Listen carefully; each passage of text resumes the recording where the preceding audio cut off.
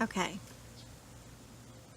Again, I don't know if I put this out there right, but this is Cassandra from Relevant Tarot, and I'm starting off with a daily card reading so that you can become familiar with the tarot deck, and get some inspiration from it. Typically what I would do with this, ooh, it flew away, is I would journal about this card. It does not. I'm outside on my patio because I thought this would be a really good place to do the reading. This is like my sacred space. So the card that I have for Monday would be the Six of Swords.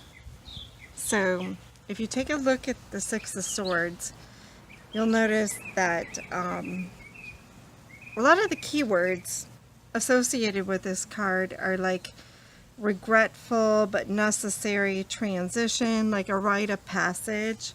You can see clearly that there is somebody with on the boat with a bunch of swords around him, and he's being rowed to like a new shore, but because he has his back turned to us, it kind of indicates that he is regretful, maybe of his decisions or things like that. So basically what the Six of Swords means is that you might be experiencing a transition of some kind. And despite the sadness, you need to remember that moving on in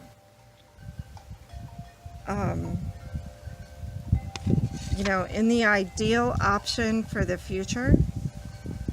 So it might be regretful that you have to make this decision, but you have to understand that it is actually ultimately for the best.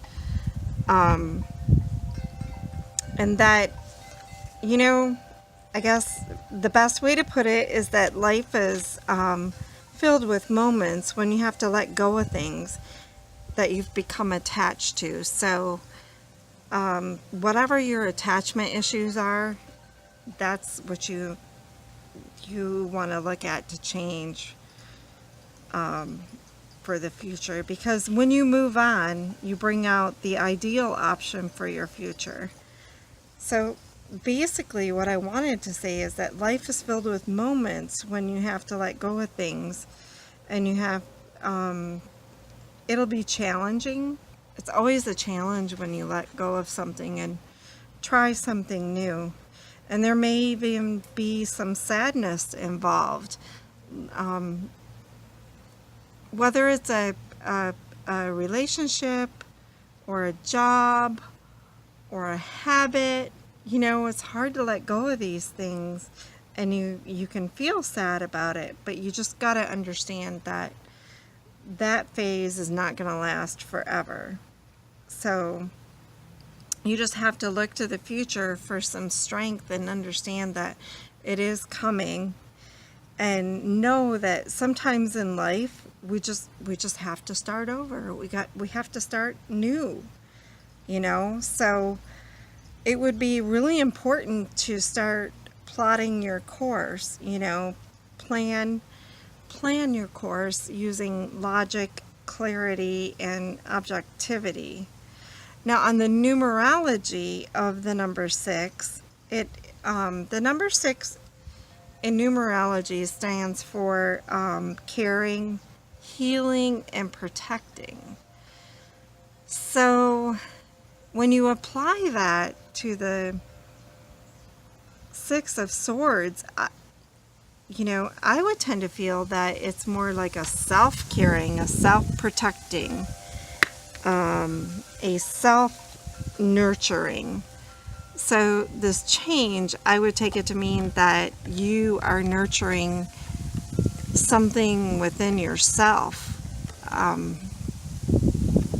looking within. Haha, the wind. That must mean it's true. Go within and see what changes that you need to make, even though they may be difficult, even though they may cause you a little bit of heartache in the beginning. It's still a noteworthy change that you need to look into. So I just can't keep that card up. It keeps wanting to fall. So as a bit of a clarifier, I wanted to use some oracle cards. Oracle cards are a little different from tarot. Tarot has a lot of background, a lot of symbolism in it, things like that. The oracle cards are more of a feeling type thing, and the deck that I like to use is Art Through the Eyes of the Soul. This is like my favorite deck, and I think that it might be the Celtic history in me that enjoys this, but at any rate, I like to use these to complement my tarot cards, because sometimes you want a little better explanation of the card. So let's give these a shuffle. What do you want to tell me? What do you want to tell me about the Six of Swords for Monday, October 15th, 2018? What do we need to know about this card?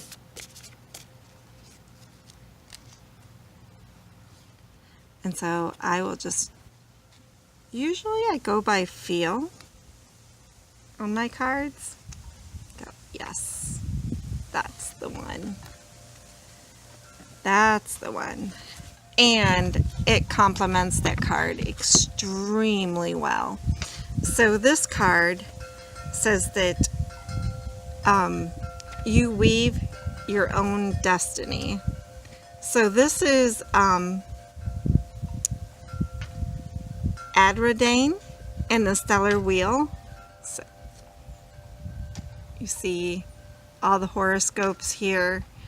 You see the planets aligning. So this is a divine intervention, if you will, that you weave your own destiny. Kind of goes with, we need to make that change. Sometimes it's a hard change, but we still need to make it. I'm gonna actually look up more of a description about this card. And yes, I will read the book. I will do it. So the expanded meaning is that you need to take a leap of faith. You need to take a leap of faith and intuitive, necessary changes in your life and embrace the unknown cycle. So in the Celtic history, the Celtic goddess Eridane first appears in writing in the 12th century text of Geoffrey of Monmouth. She is a celestial figure in the apocalyptic prophecies of Merlin. In the painting, she holds her distaff with its triple thread of creation, being the goddess of time, space, and energy. She unravels and reconstructs the known worlds in order to weave spirit into matter. In prophecies, her crown of stars hide a mystery. Her name comes from Acronidid, or spider, who spins a web. The position of her hands in the painting suggests the magician who connects the powers of the heavens and earth. So see, you can see that in the words. You weave your own destiny. So yes, the cards can lead you. Yes, the cards can guide you. But ultimately, the decisions are yours. And you decide how you're future plays out by the decisions that you make. So I hope this has been helpful. I hope you've enjoyed it.